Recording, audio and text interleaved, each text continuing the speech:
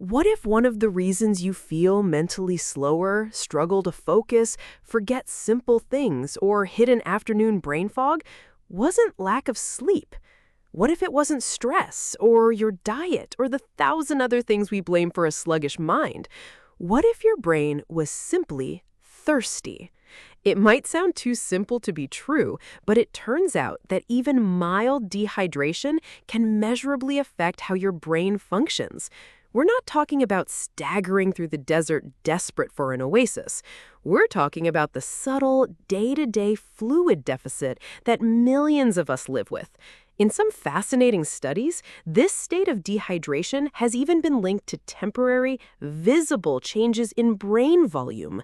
Today, we're going on a journey deep inside the most complex organ known to science. We're shrinking down into the human brain to discover what really happens when you don't drink enough water, and why something as fundamental as hydration may be the key to unlocking your memory, mood, and mental performance.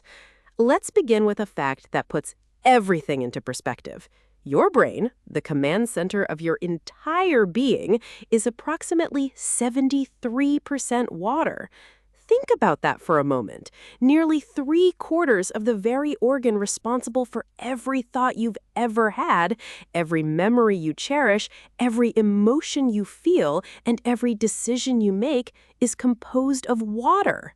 This water isn't just passive filler sloshing around inside your skull. It is the essential medium for nearly every process your brain carries out. It's the delivery service carrying vital nutrients to your brain cells. It's the sanitation crew flushing out metabolic waste and toxins. It's the infrastructure that maintains steady blood flow, ensuring a constant supply of oxygen. Water is the very environment that supports the crackle of electrical signals between neurons, the fundamental language of the brain.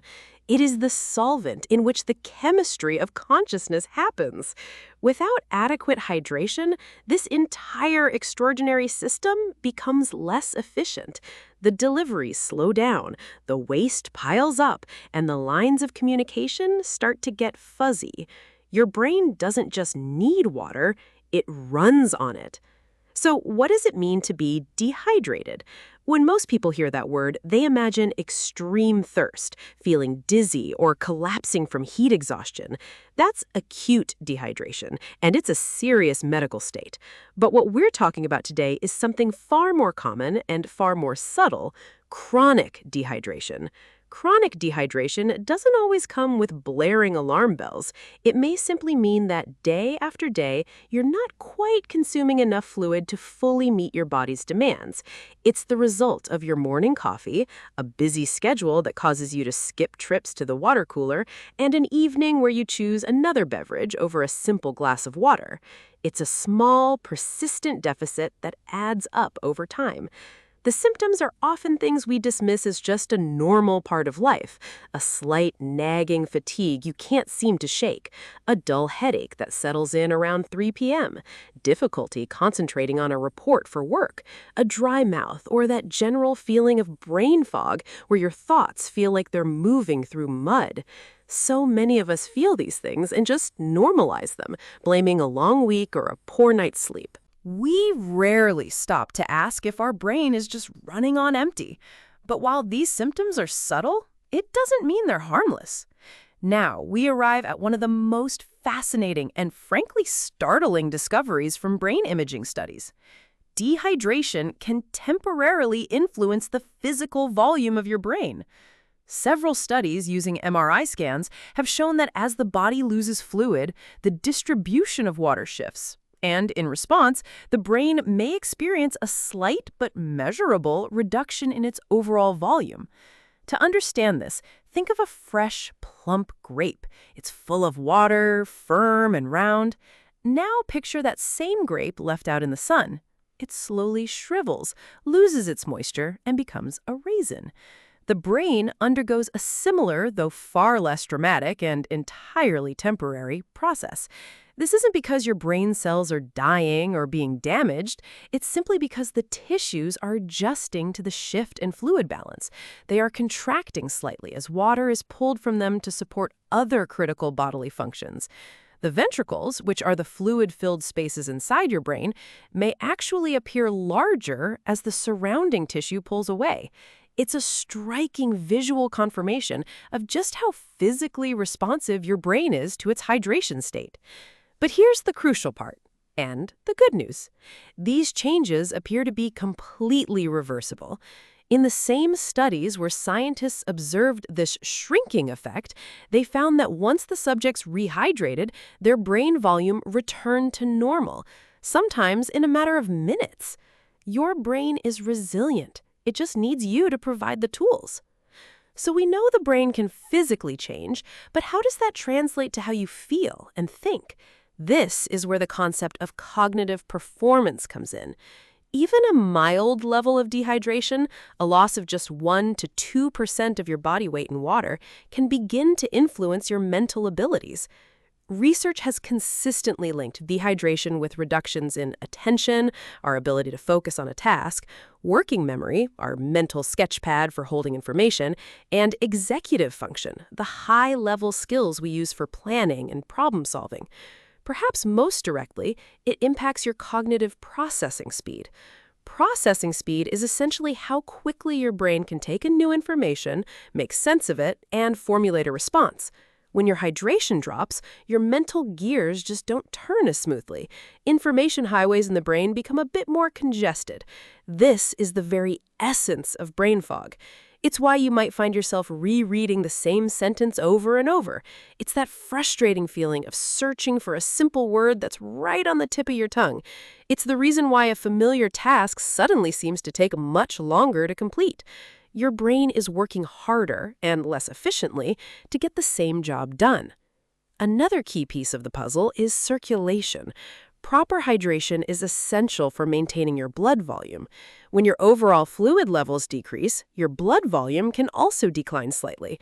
This makes your blood thicker and harder to pump.